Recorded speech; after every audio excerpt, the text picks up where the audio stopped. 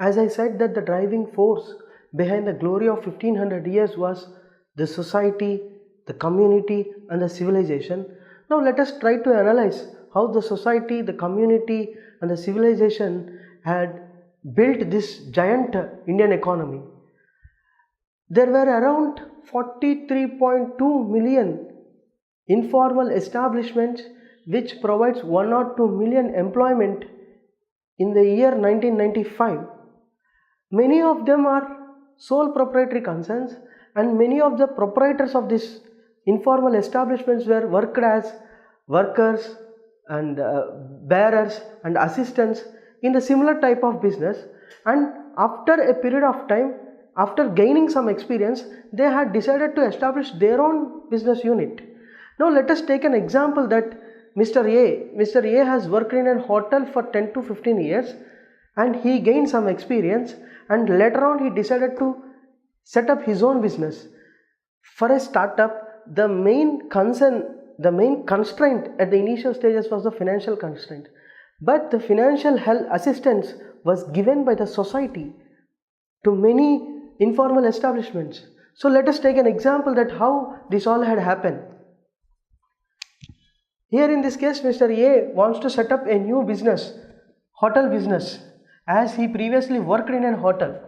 Now he had decided to establish a hotel, and the total capital required for this new business was 10 lakhs. An example, out of which 5 lakhs, it was through his own savings which he had kept aside when at the time when he was working as a worker in the hotel, and the rest of rupees 5 lakhs he has to finance it from outside. At that time, as he has to finance this 5 lakhs from outside, the situation in this informal sector establishments was like a study had been done among this informal sector establishments, and the study had revealed that around 20 to 30% of their initial capital has been provided by their families and their close associates or relatives. So here in this case, about his requirement of 5 lakh, for example purpose, we had taken that relative 1 had provided 2 lakhs and relative 2 had provided 2 lakhs, and a family friend or the close associates of the family had provided another 1 lakh. And the issue was here, they used to provide the capital at free of cost or at a very nominal interest charge. Because the reason was, in India, the Indian basic culture was sharing and caring with others. They used to share the resources, the financial resources with others, and people used to care for others. So this is the reason why the relatives, the family friends had lent their amount, their savings amount to their friends or to their relative family member to set up a new business. This is how the Indian economy had been built. This is how the Indian economy had led the world for 1500 years. So this is how the society had built the Indian economy. The another driving force behind the glory of 1500 years was the community. Now I am taking an example of Pattinavars, fishermen's community in the northern coastal area of Tamil Nadu. In the Pattinavar community, there is a village head called Nattar, which was elected by the people, who was elected by the people of the village, and he along with few people are responsible for the affairs of the village, whatever it may be either social or economical. He is completely responsible for the affairs of the village, who is elected by the people of the village. And here the very interesting point is, even though some fishermen doesn't have boats, they used to borrow the boats from other people, and there is no any employer-employee relationship. Their benefit has been shared, and even if the breadwinner of any fisherman family is suffering due to illness, the society, the Nattar society, which was headed by the Nattar, used to help them. Each family in the Pattinavars community used to contribute their share of revenue to the common fund. Whenever there is a loss to any fisherman family, the common fund is being shared with them. So this is how the sharing and caring, the main theme of the Indian culture, has been used to help the Indian economy a lot. So this is how the community system had helped the Indian economy, and it was one of the driving force for the glory of 1500 years.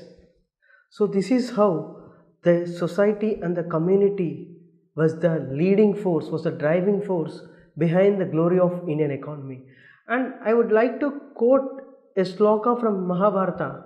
I would like to quote the meaning of the sloka, that a person will sacrifice for the sake of his family, and the families will sacrifice for the sake of the community, and the communities will sacrifice for the sake of villages, and the villages will sacrifice to build the nation. So this is how the Indian economy has been built, and this is how the Indian economy is a giant economy for 1500 years.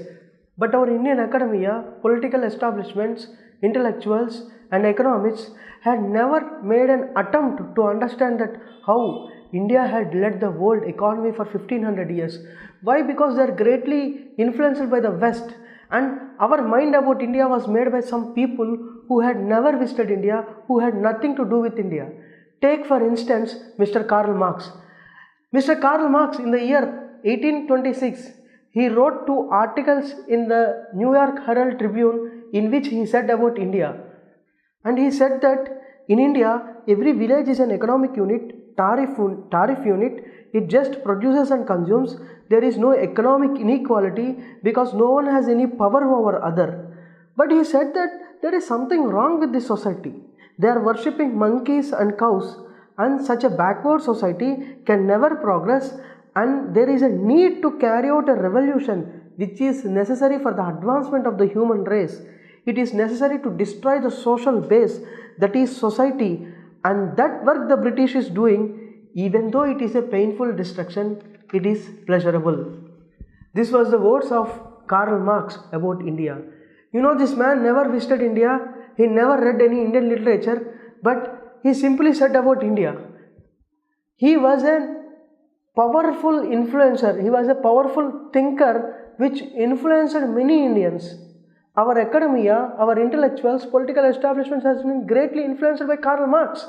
And he said that the social base, the society has to be destroyed. But this is the society which was the leading factor behind the glory of 1500 years.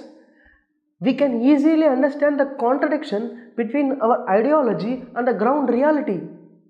We are highly influenced by the West, but the reality is something different.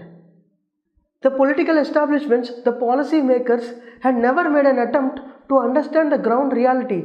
There was no any match between the policies and the reality. There was a complete mismatch. But the benefit of the study of Angus Madison was not there for Karl Marx, Robert McNamara and few others. But even though we have the benefit of the study of Angus Madison, we are still blindly following the West.